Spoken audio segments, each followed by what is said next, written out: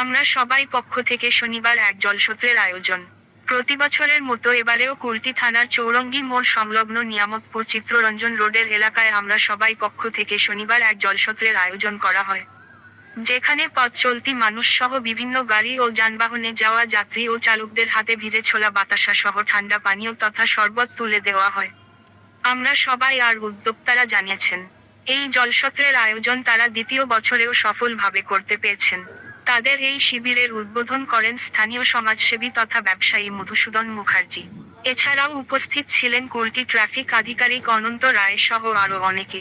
এছাড়া উদ্যোক্তা মিলন সূত্রধর, আশিস মাঝি, সৌমিত্র গাঙ্গুলি, শেখর মাঝি, সুব্রত ব্যানার্জি, কৌশিক মুখার্জি, রাহুল তেওয়ারি সহ আরও অনেকে।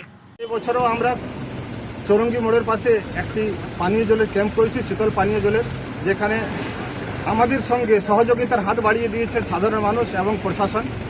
আমরা তাদেরকে অনেক অনেক ধন্যবাদ জানাই যে এরকম একটি সামাজিকমূলক কাজের জন্য তারা আমাদেরকে সহযোগিতা করেছে এবং তাদের কাছে আমরা আশাবাদী যে আমরা আগামী দিনেও এরকম সামাজিকমূলক যখন কাজ করব তখন তারা সহযোগিতার হাত বাড়িয়ে দিবে এবং এই সাধারণ পথ চলতি মানুষের যাতে আমরা একটুকু